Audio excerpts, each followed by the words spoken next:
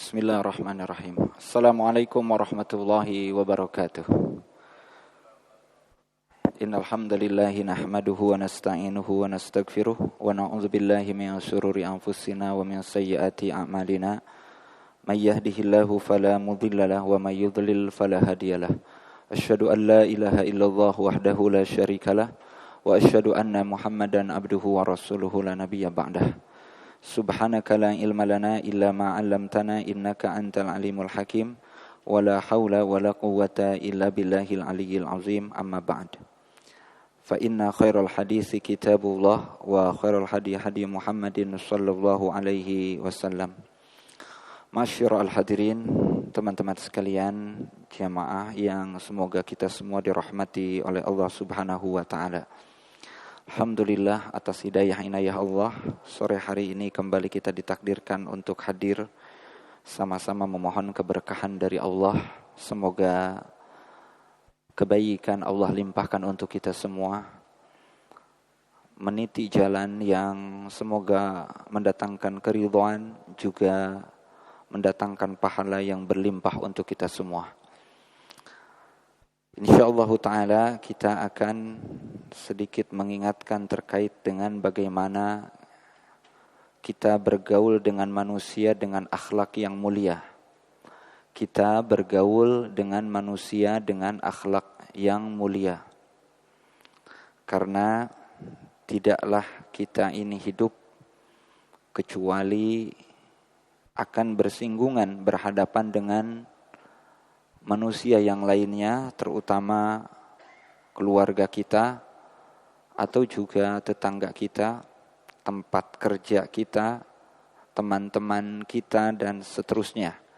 Karena kita makhluk sosial yang mau tidak mau mesti akan beradaptasi, bersosialisasi, ya, banyak berkomunikasi dengan banyak orang. Mana yang utama? Apakah kita di dalam rumah saja tidak banyak bergaul dengan manusia, ataukah justru kita banyak mengeksplorasi diri, banyak berteman, bergaul dengan banyak orang? Nabi SAW sebutkan dalam hadis yang dikeluarkan oleh Imam Muslim, al-mu'minul ladzi yukhalitun nas khairun.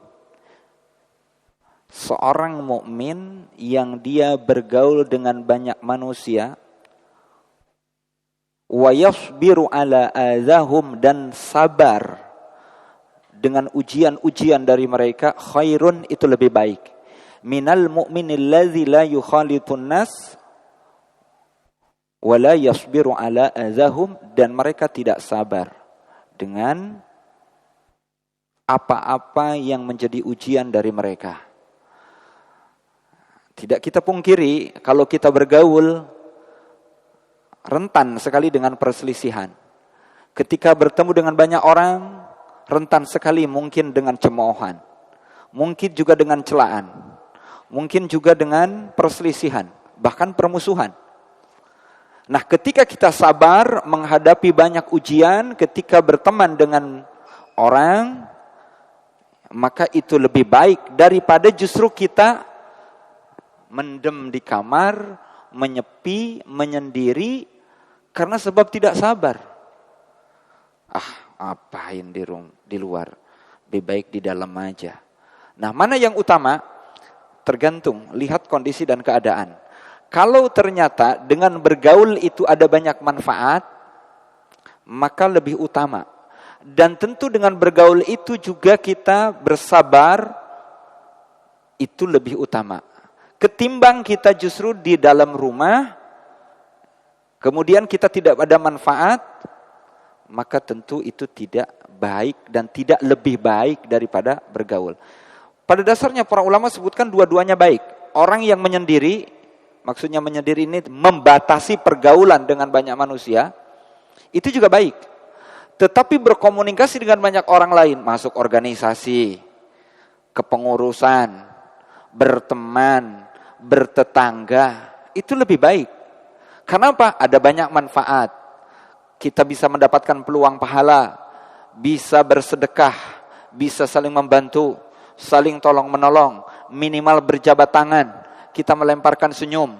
Itu menjadi kebaikan-kebaikan. Di sana ada hak dan kewajiban yang saling ditunaikan, dan di situ mendatangkan pahala untuk kita. Nah, maka sebenarnya apa itu akhlak? Nah, kita ingat kembali makna atau ta'rif akhlak itu sendiri.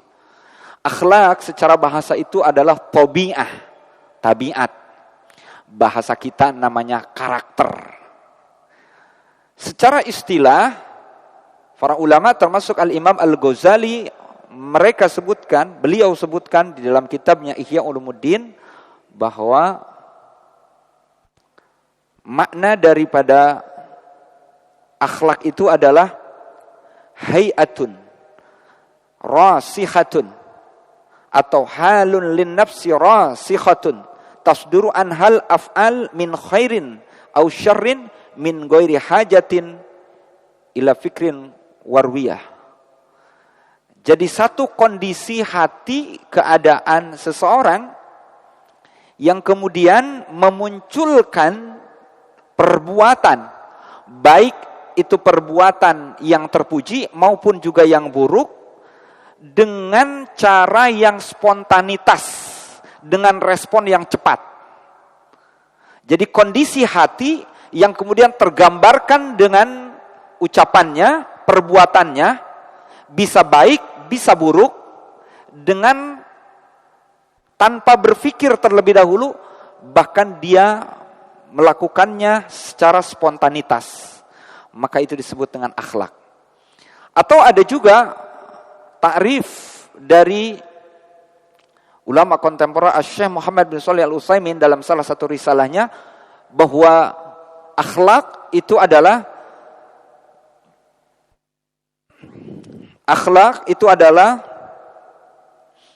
suratul insan al-batinah, gambaran hati yang ada di dalam, atau gambaran manusia terkait dengan batinnya,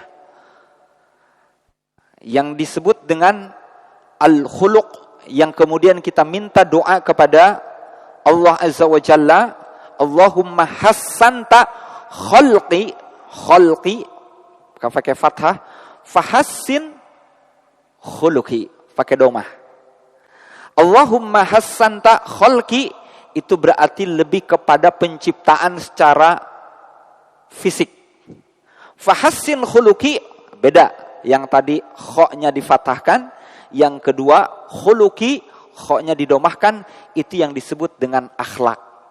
Maka ya Allah, Engkau telah perbaiki penciptaanku, maka juga perbaiki akhlakku. Di sini nggak ada kata kama ya, pakai kalimat kama nggak ada. Kalau kita kan biasanya pakai kama, itu pun dibaca biasanya saat mau bercermin. Ya, kita nyebutnya doa mau bercermin. Padahal sebenarnya tidak mesti bercermin. Ya, itu diminta kepada Allah Azza wa Jalla, Allahumma hassanta khalqi fahassin khuluqi. Khuluq di sini yang berarti adalah tabiat yang ada di dalam hati, yang kemudian memunculkan ucapan perbuatan mungkin baik atau buruk secara spontan. Itu disebut dengan akhlak. Atau bahasa mudahnya, kalau kita ini sering kalau pakai bahasa Arab susah ngertinya, kalau diterjemahkan pakai bahasa Inggris baru rada ngerti. Namanya inner beauty. Apa itu artinya? Kecantikan dari dalam, keelokan dari dalam. Karena apa? Yang ada di dalam batin. Yang ada di dalam batin, berarti inner beauty. Adapun ini outer beauty, yang pakai bedak, yang pakai polesan, yang pakai pemutih, yang pakai apalagi kan yang sekarang banyak produk kecantikan itu buat outer beauty itu. Sedangkan akhlak dia inner beauty. Karena kecantikan dari mana? Dari dalam. Keelokan dari dalam. Dan biasanya orang yang memang dasarnya baik dalamnya, insya Allah luarnya akan terbawa baik. Makanya hadis yang sering disampaikan, ala inna fil jasadi mudghah itu, ketahui dalam tubuh manusia itu ada sekerat daging, itu kan diartikan maknanya apa? Ala inna fil jasadi mudghah wa idza fasadat fasadal jasadu kullu wa idza saluhat saluhal jasadu kullu ala wahyal qalb. Al-qalb maknanya yang sering kita artikan adalah hati. Kalau diragakan bentuknya apa, Pak? Hati itu bentuknya apa? Hati itu enggak ada bentuknya. Karena dia abstrak. Tapi kalau dibentukkan, masuk dari organ tubuh kita, itu jantung. Jantung.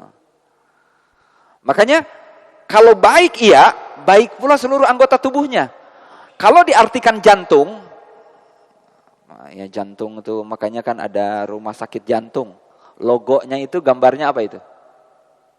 Jantung itu. Yang kita sebut biasanya love. Ya.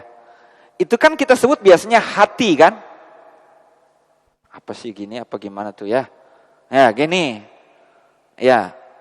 Itu kan maksudnya adalah jantung ini, yang ini tuh. Adapun hati abstrak dia. Katakan terjemahannya dua. Dalam bentuk jantung. Jantung ini menjadi penentu juga. Baik atau tidaknya tubuh kita. Coba kalau jantungnya bagus, insya Allah peredaran darahnya juga bagus. Coba orang yang kena pusing, itu bisa jadi bukan karena dari kepalanya yang bermasalah. Tapi mungkin dari jantungnya juga memompa darah tidak normal. Sehingga oksigen tidak menyeluruh utuh ke otak kita. Tapi mungkin tersendat, tidak teralirkan lewat darah-darah yang dipompa oleh jantung. Katakan tadi al-qalbu itu adalah jantung. Dan kita tahu bahwa jantungnya sehat, anggota tubuh kita juga sehat. Tapi kalau jantungnya bermasalah, waliyadzubillah, ada pembengkakan jantung, ada kebocoran jantung, kakinya bisa bengkak, ya, kepalanya bisa pusing, ya, bisa engap-engapan, sesak, seterusnya. Berarti kan memang disitulah makna al-qalbu bisa diartikan jantung atau juga bisa dikatakan hati. Kalau jantung berarti kepada al-khalqu pakai fathah. Kalau diartikan sebagai hati berarti al-khuluqu berarti akhlak. Karena dia yang sifatnya hati yang abstrak itu yang kemudian juga menjadi penentu baik atau tidaknya perangai kita. Jadi silahkan menerjemahkan jantung, oh ya berarti jantung. Ya benar, jantung juga menjadi penentu baik atau tidaknya tubuh kita. Katakan hati, iya betul, kalau hatinya baik, maka insya Allah akhlaknya yang nampak dari ucapan dan perbuatannya juga baik. Maka akhlak itu tadi disebut dengan tabiat. Kondisi hati yang kemudian memunculkan perbuatan ataupun ucapan secara responsif. Nampak kalau dia sedang sedih, apa respon spontan dia. Ketika dia senang panik, apa respon spontan dia. Itu akhlak tuh. Beda dengan adab. Kalau adab itu lebih ke aturan-aturannya. Adab itu lebih ke aturan-aturannya. Seperti ada adab sholat. Aturan-aturannya kan. Adab menuntut ilmu, aturan-aturannya. Nah, bagaimana adab itu bisa menjadi sebuah akhlak yang kemudian tergambar dalam kepribadian seseorang, tabiat seseorang yang ketika dia tahu tentang aturan-aturan adab tadi, dia bisa terapkan dalam kehidupannya dan itu spontan dia bisa amalkannya. Nih, tidak setiap adab yang kita tahu kita bisa terapkan dalam kebiasaan kita. Contoh, kita tahu adab masuk rumah itu membaca apa? Bismillah. Kemudian ucapkan apa? Assalamualaikum. Bismillah, Assalamualaikum. Masuk rumah. Itu adabnya. Tapi ketika ternyata kita akan masuk rumah, masih lupa mengucapkan basmalah, lupa juga mengucapkan salam. Berarti adab tersebut belum menjadi sebuah akhlak. Tapi kalau dia selalu responsif, sudah biasa, otomatis ketika masuk rumah, melepas sendal, yang mana dulu? Melepas sendal, yang kiri. Kemudian yang kanan. Masuk rumah, bismillah. Ucapkan salam. Dan itu sudah menjadi sebuah kebiasaan, rutinitas, bahkan spontanitas. Maka baru itu menjadi sebuah akhlak. Akhlak dari sebab mengamalkan adab-adab. Nah gitu jadinya. Gambarannya adab dan akhlak. Adab itu ya aturan-aturannya. Akhlak itu berarti pengamalan dalam kehidupan sehari-harinya. Nah maka tidak setiap orang yang tahu tentang adab, dia mampu mengamalkannya. Berarti orang yang seperti itu berarti belum berakhlak. Nah gitu. Belum berakhlak. Nah disinilah akhlak ini berarti menjadi spontanitas. Ya kebiasaan-kebiasaan seseorang. Ya, spontanitas dan menjadi sebuah kebiasaan seseorang. Dan akhlak yang baik itu dipuji di dalam Islam. Bahkan akhlak yang baik itu Nabi sallallahu alaihi wasallam sebutkan, ana zaimun fi a'lal baitun ana zaimun bi baitin fi a'lal jannah. Saya menjamin rumah di surga yang paling tinggi. Kepada siapa? Liman hassana khuluquhu. Kepada mereka yang selalu memperbaiki akhlaknya. Jadi ini yang paling tertinggi. Ana zaimun bi baitin fi a'lal jannah. Aku menjamin rumah bukan di tepian, bukan di tengah, tapi di mana? Di surga yang paling tinggi. Kepada siapa? Liman hassana khuluquhu, kepada mereka yang baik akhlaknya. Nah, bagaimana sih akhlak yang baik itu? Yang selalu kita sebut, ini terkait karena akhlak itu nanti ada lagi macam-macamnya, termasuk akhlak kita kepada Allah, ya akhlak kita termasuk kepada diri kita, akhlak kepada keluarga dan seterusnya. Ya akhlak kita bagaimana dalam menerapkan adab-adabnya. Nanti kan ada adab kita kepada diri kita, ada adab kita sebagai seorang hamba kepada Rabb kita, dan kemudian kita amalkan baru bisa menjadi sebuah akhlak. Nah ada tanda-tanda mereka yang memiliki akhlak yang baik. Ya, sebagaimana sahabat Ibnu Mas'ud, Anin Nabi sallallahu alaihi wasallam qala ala ukhbirukum biman tuharramu alaihin nar. Maukah aku tunjukkan kepada kalian orang yang haram baginya tersentuh dari api neraka? Siapa? Qalu, para sahabat kemudian menjawab, bala ya Rasulullah. Mau dong wahai Rasul, mereka yang haram tersentuh api neraka. Qala, Nabi sallallahu alaihi wasallam sebutkan, ala kulli hayyinin. Nah, siapa dia? Dia adalah orang yang hayyin. Nah, nampak karakter tuh. Karakter seseorang, tabiat seseorang, salah satunya adalah hayyin. Apa itu hayyin? Tawadhu atau tidak sombong. Hayyin itu berarti tidak merasa angkuh dan juga tidak ujub. Layyin itu namanya. Layyin. Terus siapa lagi? Ya. Layyin. Kalau tadi hayyin, ya hayyin, tawadhu, tidak sombong, tidak angkuh dan tidak ujub. Ada lagi layyin, lembut, tidak kasar. Yang kemudian sahlin. Apa itu sahlin? Sahlin maksudnya adalah mudah. Mudah apa? Mudah untuk bergaul dengan manusia. Karena disebutkan dengan qaribun, dekat dengan manusia, berarti ketika manusia melihat dia senang mendekatinya dan merasa nyaman ketika bersama dengannya. Atau bahasa kitanya supel, gampang apa? Gampang kenal, gampang akrab, bisa menempatkan diri. Itu tanda-tanda akhlak yang baik yang itu disebutkan dia insyaallah ta'ala akan dimasukkan ke dalam surga. Dan dia tidak akan disentuh dari api neraka. Itu termasuk orang yang supel. Dan para ulama sebutkan untuk menjadi orang yang supel itu, pertama, harus murah senyum. Ini nih makanya, karena ada orang yang bawaannya itu jutek, masam, nggak enak dipandang. Orang sehingga sungkan, misterius, sebutannya eksklusif, susah ditebak. Akhirnya jauh orang, nggak mau dekat. Waliyadzubillah nih. Ini orang-orang seperti ini tidak masuk kategori qorib. Ya, orang yang gampang didekati. Ketika orang yang dekat, maksudnya qorib di sini, ketika orang mau dekat dengannya nyaman, sahal dan mudah, mudah untuk berkenalan, mudah ketika meminta pertolongan, mudah ketika membeli, mudah ketika menagih hutang.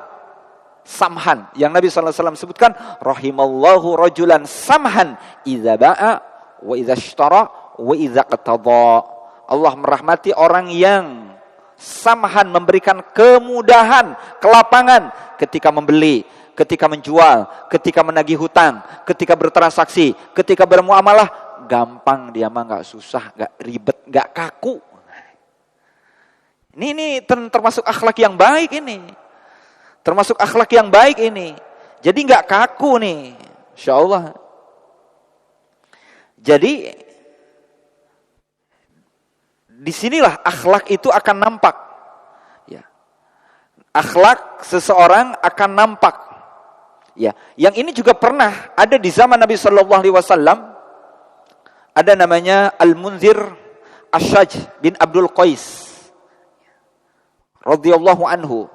Disebutkan oleh Nabi sallallahu alaihi wasallam, inna fika khoslataini. Dalam riwayat yang lain, inna fika khollataini yuhibbuhumallah.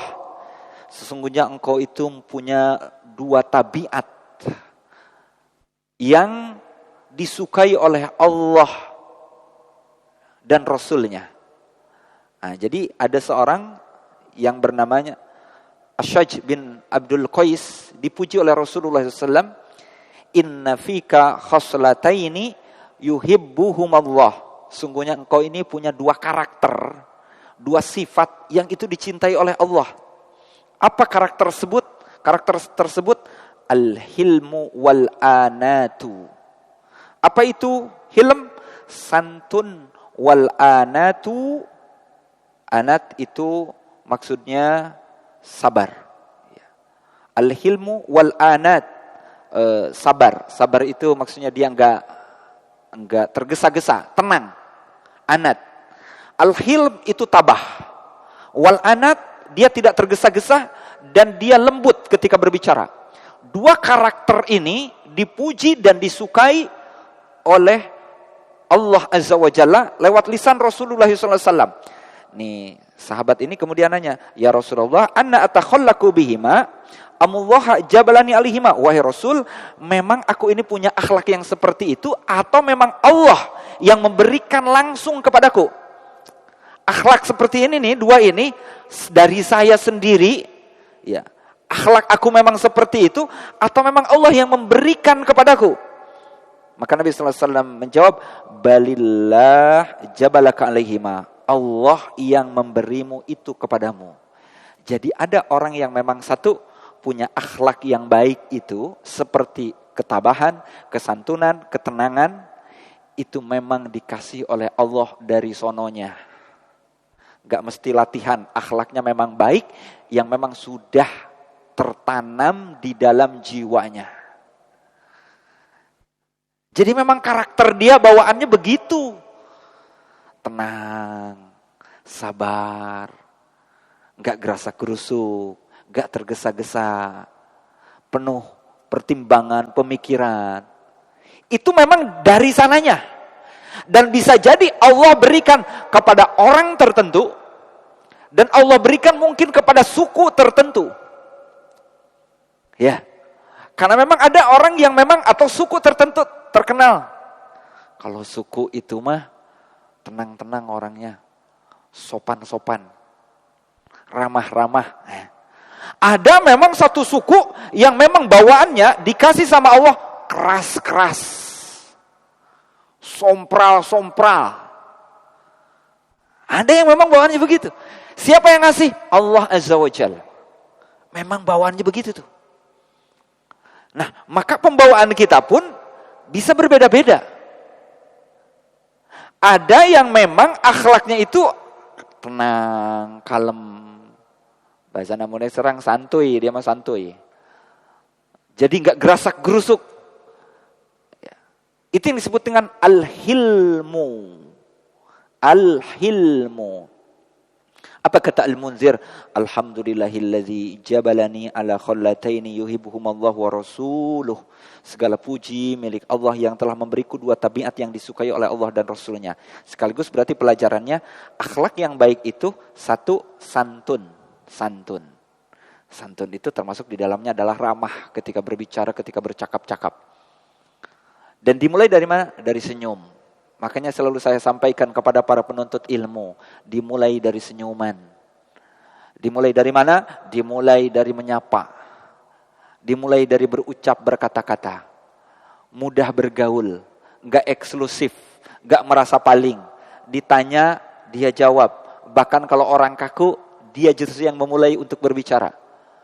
Dia yang membuat orang yang tadinya enggak enak, jadi enak. Orang yang tadinya enggak nyaman, jadi nyaman. Orang berpikir dia itu angkuh, dia itu sombong. Tapi pas udah kenal, udah ngomong, asyik ternyata. Tuh. Penuntut ilmu nih. Nah terus bagaimana? Akhlak itu memang tadi ada yang bawaannya, memang dasarnya keras. Ada yang memang orang dasarnya tabiatnya itu ya sompral, ngomongnya kasar, teriak-teriak. Tidak dipungkiri, ada yang memang punya tabiatnya itu tergesa-gesa, gerasak-gerusuk. Lalu bagaimana? Nah ini yang memerlukan latihan. Jadi akhlak itu ada yang memang sudah terbentuk dari awal. Kalau kita sebutnya faktor gen. Faktor gen. Ada yang memang sebenarnya enggak gitu. Tapi kemudian dia latihan. Yang tadinya dia tergesa-gesa misalnya dalam memutuskan satu perkara, tersebab latihan, akhirnya dia mulai tenang ketika menghadapi satu urusan. Ya, ketika menghadapi satu masalah, biasanya dia langsung mencak-mencak, marah-marah. Tapi setelah latihan, dia lebih tenang, ya penuh pertimbangan. Ketika memutuskan, dia lebih sabar. Nah, itu perlu latihan. Maka disitulah berlaku hadis yang tadi saya sampaikan. Ana zaimun. Kata Nabi SAW, Ana zaimun. Bibaitin fi a'lal jannah liman hassana khuluquhu. Saya menjamin rumah di atas surga atau di surga yang paling tinggi. Untuk siapa? Yang berusaha memperbaiki akhlaknya. Karena apa? Karena ada ikhtiarnya. Coba siapa di antara kita yang pelit? Pelit. Tabiatnya tuh pelit. Kumed, koret, mereket jahe, buntut kasiran. Merek GHC, saking gak sukanya tuh orang sama tukang pelit, sebutannya banyak. Itu, coba yang pelit itu gimana caranya biar gak pelit? Dilatih. Bagaimana latihannya? Ini ada tahapan-tahapannya nih. Orang tadinya itu jutek, masam, gak suka ketawa, bahkan misterius, orang dibuatnya takut. Dilatih. Bagaimana caranya? Coba diajak bergaul dengan orang-orang yang asyik, fun. Ya, supaya gampang apa? Gampang ngomong, minimal supaya banyak senyum. Ya, diajak bercanda. Jangan terlampau tegang. Dilatih. Itu menunjukkan apa? Akhlak yang buruk, yang tadinya buruk, bawaannya buruk, kemudian dia berusaha menghilangkan akhlak buruk tersebut, dilatih agar menjadi akhlak yang baik. Tuh, ada jaminan surga di surga yang paling tinggi, yaitu rumah yang Allah siapkan di sana. Liman hassana khuluquhu, bagi mereka yang memperbaiki akhlaknya. Berarti kan kita ini mungkin ada akhlak bawaan yang Allah berikan, sebagaimana tadi yang Allah berikan kepada Asyaj bin Abdul Qais, atau ada akhlak yang memang didapatkan oleh kita karena sebab latihan-latihan. Tadilah misalnya adab ketika masuk rumah. Maka kan latihan itu. Awalnya masuk rumah mah biasa aja, buka pagar, pintu, ceger, bludak. Ya nggak pakai salam, nggak pakai bismillah. Ya, tapi kemudian setelah latihan, Bismillah, assalamualaikum, Waalaikumsalam warahmatullahi. Tuh, beda. Walaupun sehari, 2 hari, 3 hari, belum. Oh ternyata dia bisa berhasil sebulan, 2 bulan. Akhirnya menjadi sebuah kebiasaan. Ketika masuk masjid, ya akhlaknya yang memang sudah baik. Ketika masuk masjid, dia gunakan adab yang tadi disampaikan. Bismillah, assalatu wassalamu ala rasulillah, Allahumma ftahli abwaba rahmatik. Kebiasaan, berarti sudah menjadi akhlak. Otomatis ketika dia masuk masjid, baca doa itu. Ketika dia berjalan menuju masjid, biasa dia dengan adab-adab yang dia pelajari terkait dengan bagaimana berjalan menuju masjid. Baca doa. Doanya gimana? Doa ketika berjalan menuju masjid. Allahumma ij'al fi qalbi nuran wa fi sam'i nuran wa fi basari nuran wa ayyamini nuran wa an shimali nuran wa min fawqi nuran wa min tahti nuran wa min amami nuran wa min khalfi nuran Allahumma a'tini nuran. Biasa dia ketika hendak berangkat ke masjid membaca doa itu, otomatis dia baca doa tersebut berarti sudah menjadi akhlak. Tadinya mah kan gak gitu, tapi dibiasakan, dilatih, akhirnya menjadi sebuah akhlak. Nih, yang dia berusaha, yang tadinya punya akhlak buruk, kemudian dia memperbaikinya menjadi akhlak yang baik, maka Allah akan berikan rumah di surga yang paling tinggi.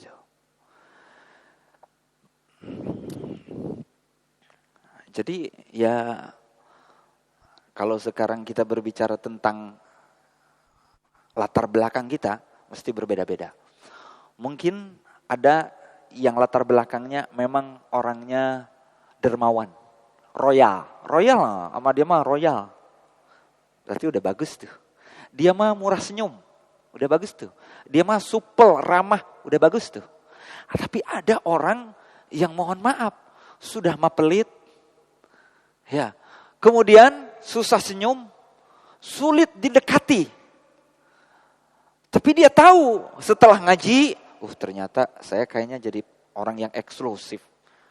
Kok nampaknya saya nggak banyak temen ini. Orang sulit deketin saya. Kayaknya orang banyak ngejauhin saya. Gimana? Saya latih. Dimulai dari mana? Senyum. Senyum Pak.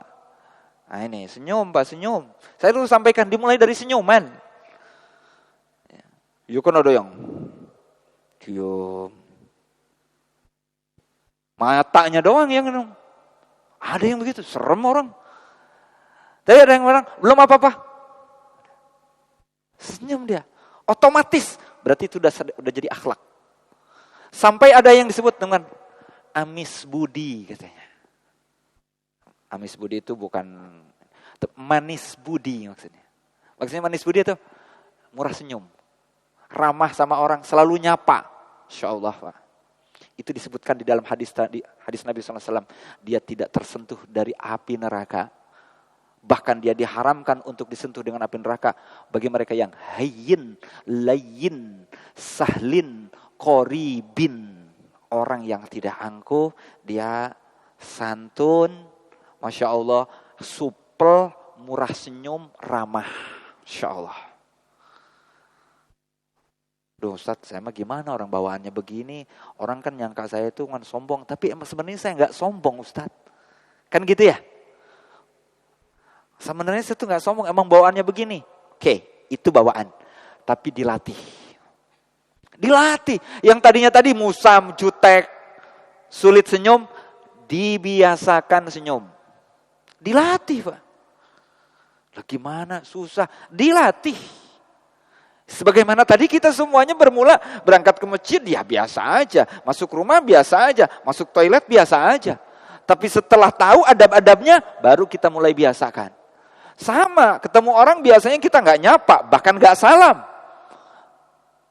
Setelah tahu adab ketika bertemu dengan orang, afsyus salam, tahu bagaimana menebarkan salam. Ketemu dengan orang otomatis, Assalamualaikum. Dan mohon maaf Pak, ini sebuah akhlak kalau memang sudah spontanitas. Ketemu sama orang itu, bukan, woi, bu, mana?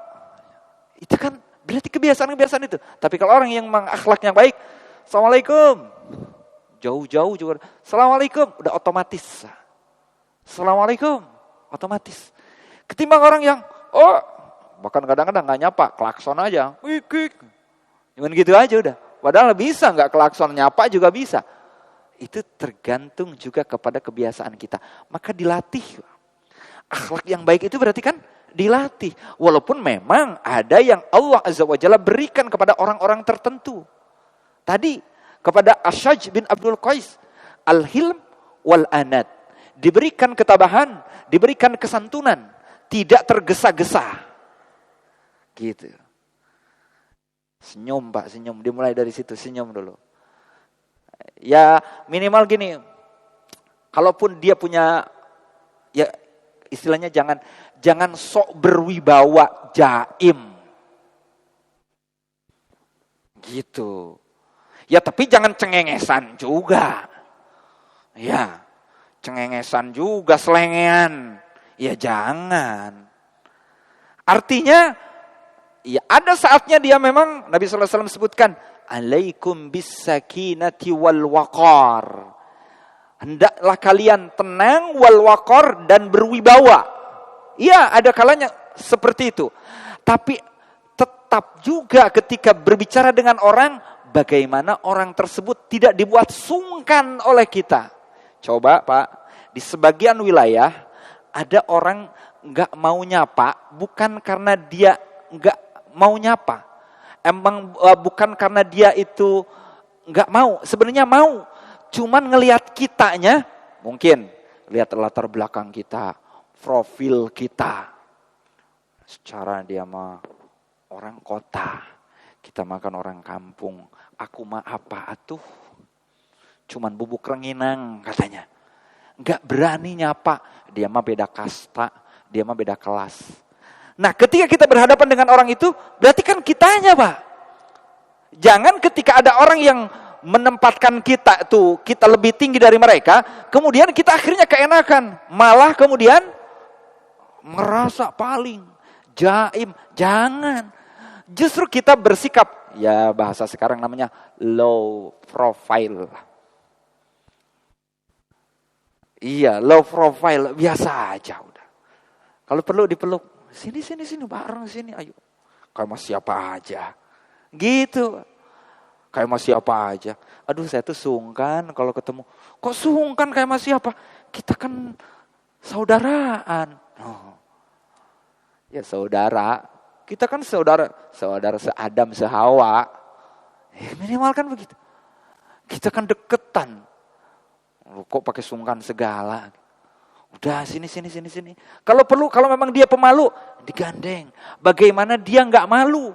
Dan biasanya tipsnya ini, ikut apa yang menjadi dunia dia. Kalau ngobrol itu jangan sudah dia merasa kelas dia di bawah, dia menganggap kita kelas di atas. Kita ngomongnya ngikut kelas kita, bukan ngikut kelas mereka. Makin sungkan. Ya, kalau sekarang kita misalnya ahli teknik, ahli mekanik, ngobrol sama petani, jangan diajak ngobrol tentang teknik mekanik, jangan. Masuk dunia mereka. Masya Allah Pak ya, sehat Pak ya, enak kayaknya jadi petani ya Pak. Gitu. Di saat sungkan itu mereka, di saat mereka sungkan, kita angkat mereka. Masya Allah Pak, bergaul dengan alam, sentuhan dengan tanah. Kayaknya lebih sehat, Bapak lebih seger ya Pak. Apa saya yang cuma petani, begini kerjaannya cuma kotor-kotoran. Pak lebih sehat itu Pak. Ketemu sama itu tanah bersentuhan dengan kulit kita. Itu kan Masya Allah. Kena air, kemudian kena panas. Itu lebih sehat Pak ketimbang mas saya. Aduh di ruangan terus. Kena debu lagi. Tuh kan. Yang tadinya mereka kita menganggap apa? Menganggap lebih. Kemudian kita anggap dia itu justru yang lebih baik. Kemudian dia akhirnya apa? Enggak merasa ada diskriminasi, enggak merasa kita tuh lebih tinggi. Justru ternyata mereka yang kita tinggikan. Begitu Pak. Itu tipsnya. Jangan kemudian akhirnya ngomong, enggak ngerti diajak ngomong politik. Dia enggak ngerti diajak tentang urusan teknik. Ya urusan petani. Coba kalaupun kita enggak ngerti, justru kita masuk ke dunia mereka. Misal, ke tukang dagang misalnya, kita masuk dunia mereka. Walaupun itu dengan metode pertanyaan. Loh kan saya nggak ngerti Ustaz tentang dunia perdagangan. Justru karena nggak ngerti itu kita masuk dengan metode pertanyaan. Nanya ke mereka. Dan ketika mereka itu ditanya, mereka seneng. Ketika kita nanya, berarti kan kita menempatkan diri menjadi orang yang apa? Di bawah. Dia di atas. Begitu itu salah satunya tuh Pak. Itu kadang-kadang gitu. Ini saya sampaikan secara detail ini. Ya, tips-tips ini supaya ketika kita bergaul dengan orang itu, ya tidak kaku gitu. Ketika kan kadang-kadang terus gimana saya mesti ngomong apa, orang dia juga diam terus. Nah kalau dia diam, lah kita yang ngomong. Kalau ternyata suasana itu mati, lah kita yang hidupin. Jangan diam-diaman semua. Ini dia diam karena sungkan. Lah kita diam karena jaim. Lah nggak ketemu. Lah kalau dia diam karena sungkan, lah kita yang mencairkan suasana keadaan supaya happy, supaya fun, supaya hidup suasana. Kalau bahasa kitanya itu nggak mati gaya gitu loh. Jangan sampai mati gaya, orang bingung, kaku. Ketika kita berteman, ya atau bertamu datang ke rumah orang. Assalamualaikum, waalaikumsalam, ya Pak. Diam aja. Udah tahu pribuminya memang pemalu. Aduh, apa ya? Dia bingung ngomong apa. Lah kita yang memulai untuk ngomong. Gimana Pak? Sehat Pak? Aduh, enak ya Pak. Di sini cuacanya misalnya. Ya. Aduh, Masya Allah enak ya Pak rumahnya ya Pak. Halaman rumahnya tuh dibuat cair dulu gitu. Jangan tegang dulu. Ini termasuk nih salah satu yang dipuji oleh Nabi sallallahu alaihi wasallam. Inna fika khoslataini yuhibbuhumullah. Sesungguhnya pada dirimu ada 2 perkara yang itu mendatangkan cinta dari Allah. Salah satunya adalah santun. Ya, para ulama sebutkan ya ngobrol, senyum. Dimulai dari senyuman terlebih dahulu. Makanya tadi disebutkan hayyin. Hayyin itu satu tawadhu. Yang kedua layyin berarti lembut. Qarib berarti dia dekat dengan manusia, merasa senang ketika dekat dengan dia. Sahal berarti dia mudah. Mudah apa? Mudah di dalam menagih hutang, mudah ketika membeli, mudah ketika menjual, banyak memberikan kemudahan kepada orang, enggak kaku. Ya, enggak kaku. Pokoknya kalau udah, ya udah, apa-apa udah biarin. Aduh, gimana ya? Ketinggalan lah. Ya udah, enggak apa-apa. Jangan gimana sih?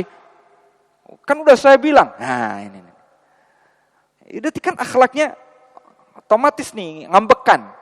Temperamen, amarahnya tinggi. Dan ingat, ketika seorang punya amarah yang membludak, yang kuat, yang kasar, itu juga mesti dilatih.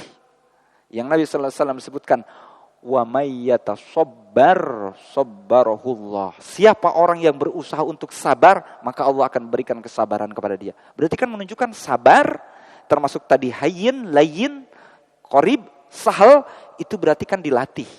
Termasuk ketika kita ingin menjadikan sabar menjadi akhlak kita, berarti kan karena sebab dilatih. Coba aja ya, lagi jalan bawa mobil, tiba-tiba ada motor nyalip kenceng, knalpot, berisik, hampir nyelakain kita. Apa yang kita ucapkan di situ? Maki-maki kah? Sumpah serapah kah? Mencelak kah? Atau minum astagfirullah. Di situ akhlak kita kelihatan. Karena tadi kembali, makna dari akhlak itu adalah suasana batin yang kemudian tergambar dalam sebuah ucapan dan perbuatan yang kemudian itu spontan tanpa pikir panjang. Itulah akhlak kita yang sebenarnya. Ini mohon maaf, kita ini sekarang nih belum tentu nih kesabaran kita itu belum diuji dalam kondisi seperti ini. Sabar kita itu ketika dalam kondisi panik. Satu, bagaimana tuh kita sebenarnya? Dalam kondisi sedang dibuat marah, itu bagaimana kita sebenarnya? Dalam kondisi-kondisi tertentu yang menghenyakkan perasaannya, jiwanya, itu baru kelihatan tuh siapa dia yang sebenarnya. Kalau kondisi sebegini mah Masya Allah, anggun-anggun semua udah, nampak sabar semua. Kalau begini, nanti itu pas lagi terhenyak perasaannya, terguncang jiwanya, dilanda kepanikan, ketakutan, kelihatan baru tuh. Baru kelihatan tuh kita tuh. Karena di situ spontanitas. Ya, spontanitas. Akhlaknya itu seperti apa? Spontanitas. Makanya pernah dan selalu disinggung bahwa kesabaran itu kan ketika hentakan pertama, ketika musibah menimpa. Ya. Kalau sudah berlalu mah ya mohon maaf, innamas sabru inda sidmatil ula. Nabi sallallahu alaihi wasallam sebutkan kesabaran itu pada hentakan pertama, awal musibah menimpa. Kalau sudah berlalu sepekan, 2 pekan, sudah sebulan, 2 bulan, nah udah lewat. Udahlah mau sabar aja, telat. Karena sabar itu ada waktunya. Sabar itu juga ada tempatnya. Ya. Dan seterusnya. Nah, ini terkait dengan akhlak. Nah, kemudian bagaimana nih supaya kita bisa mendapatkan akhlak yang baik ini? Supaya bisa mendapatkan akhlak yang baik itu bagaimana nih? Ya, ini saya sampaikan secara umum, karena nanti kalau dirinci nanti terkait nanti bagaimana akhlak kepada siapa? Akhlak kepada keluarganya. Ini minimal kepada keluarganya dulu, karena ini yang menjadi tolak ukur, bahkan yang dipuji oleh Nabi SAW. Khairukum li ahlihi. Sebaik-baik kalian adalah yang paling baik kepada keluarganya. Wana khairu li ahli, dan aku adalah orang yang paling baik kepada keluargaku.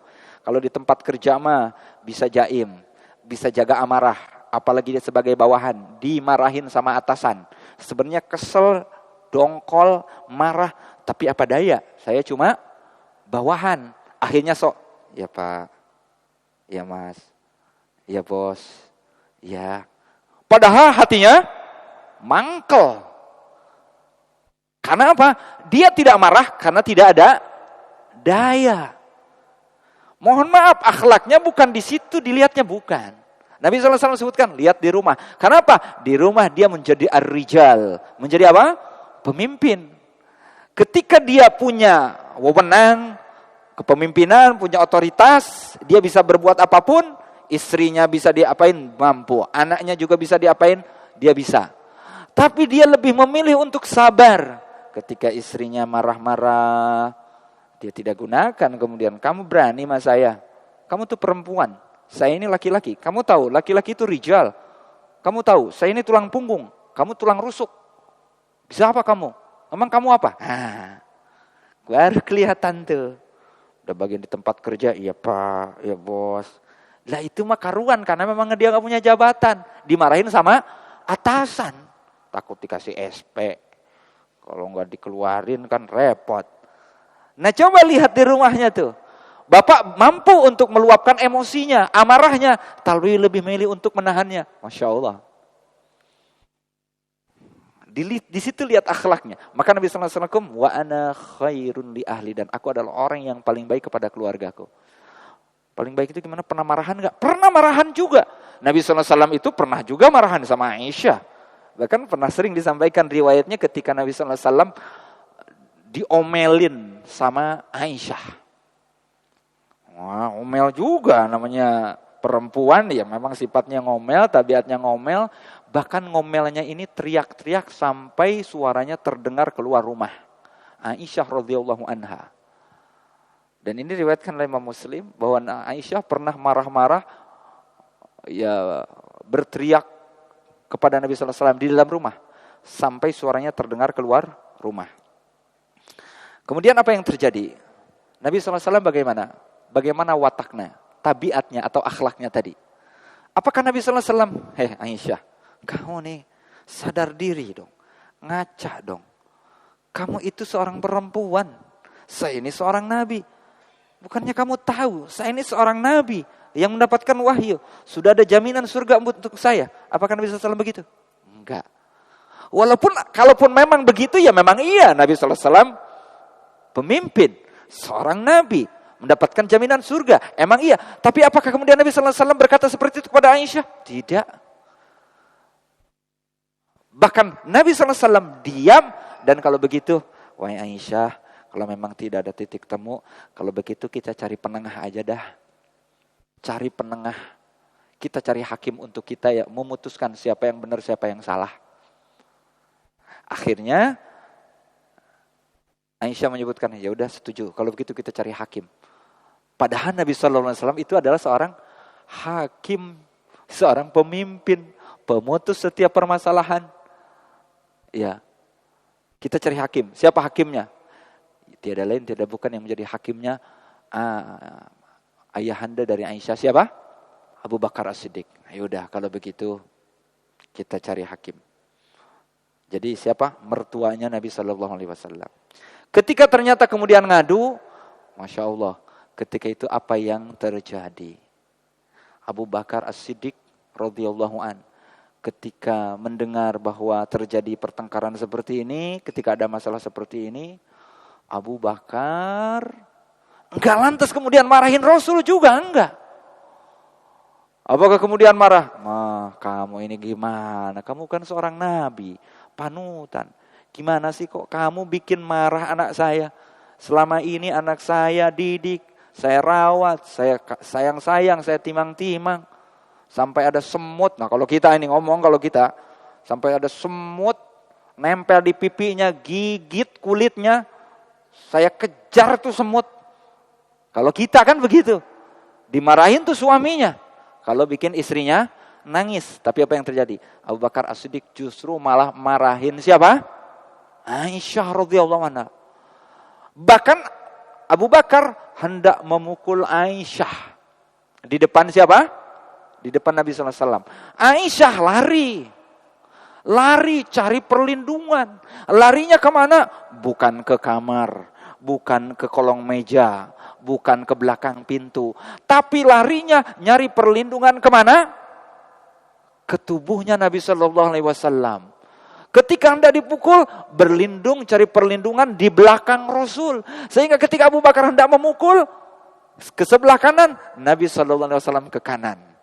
Ketika Abu Bakar mengejar Aisyah, hendak memukul Aisyah, Aisyah berlindung ke tubuh Nabi. Nabi pun ikut siapa?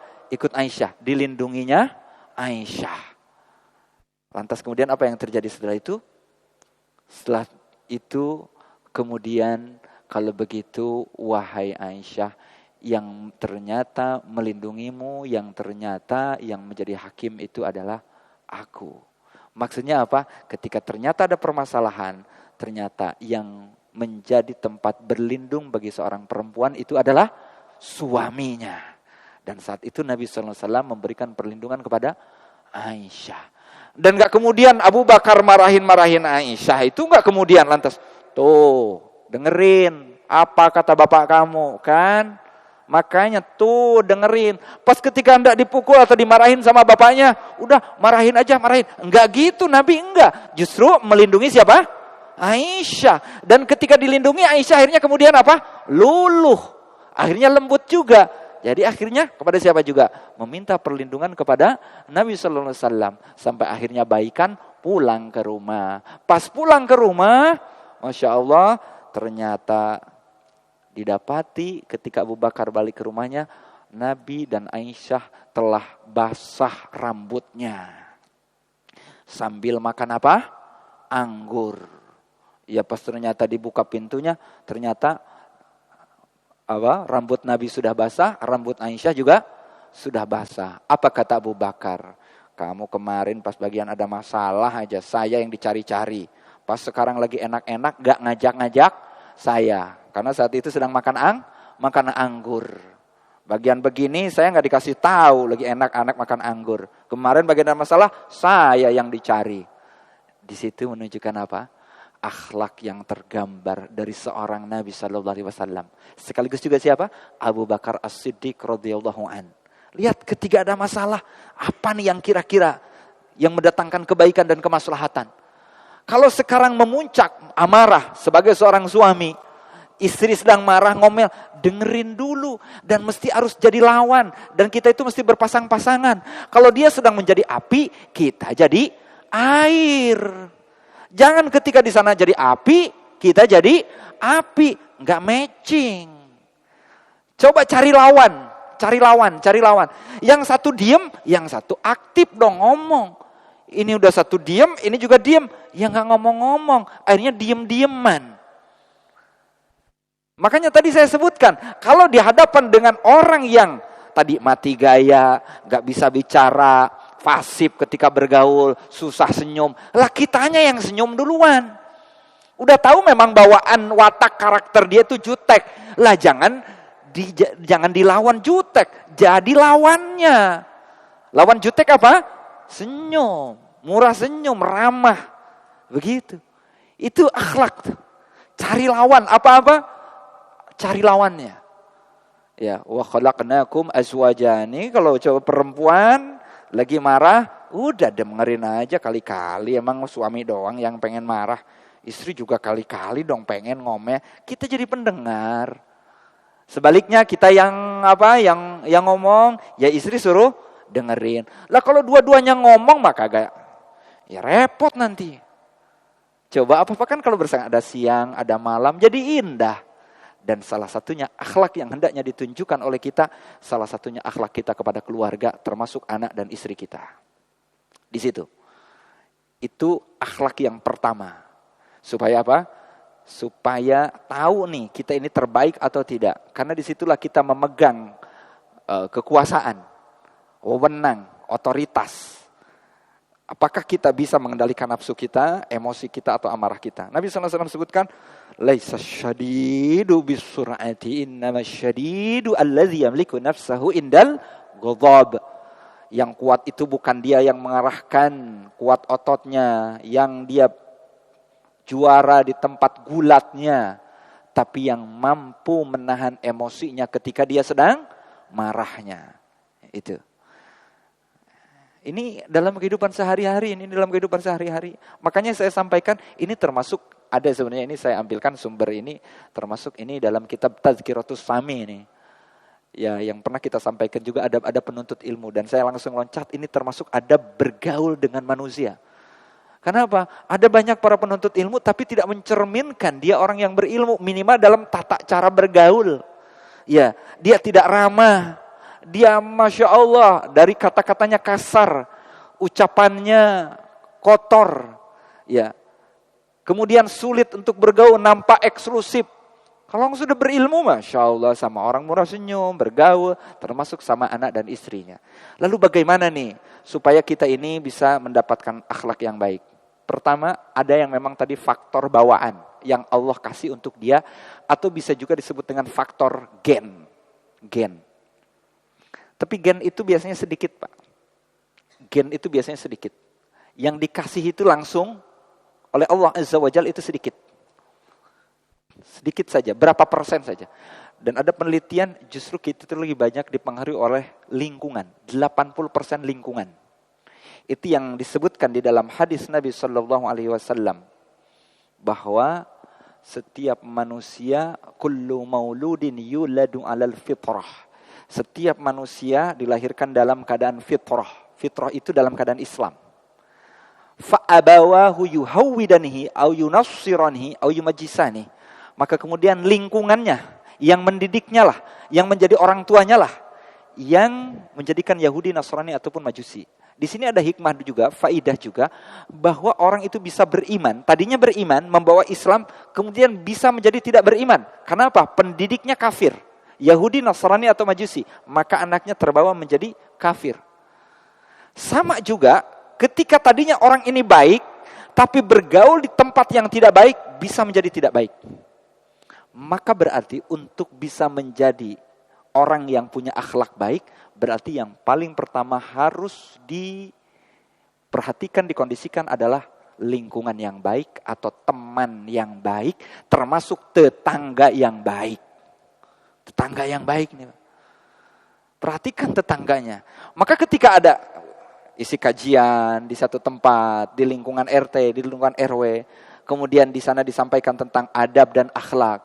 Hakikatnya itu kepentingan bukan hanya untuk kita, tapi juga untuk orang lain pun nanti manfaatnya untuk kita. Ya, tetangganya baiklah, kita juga ke bawah dong baiknya. Ada energi positif yang didapatkan. Bukan baik untuk kita, kebaikan itu hanya untuk kita. Tidak. Ketika kita baik dan kebaikan itu akan tertularkan. Ada energi positif yang bisa dirasakan oleh orang-orang di sekitar. Maka ini nih, hendaknya diperhatikan. Kenapa?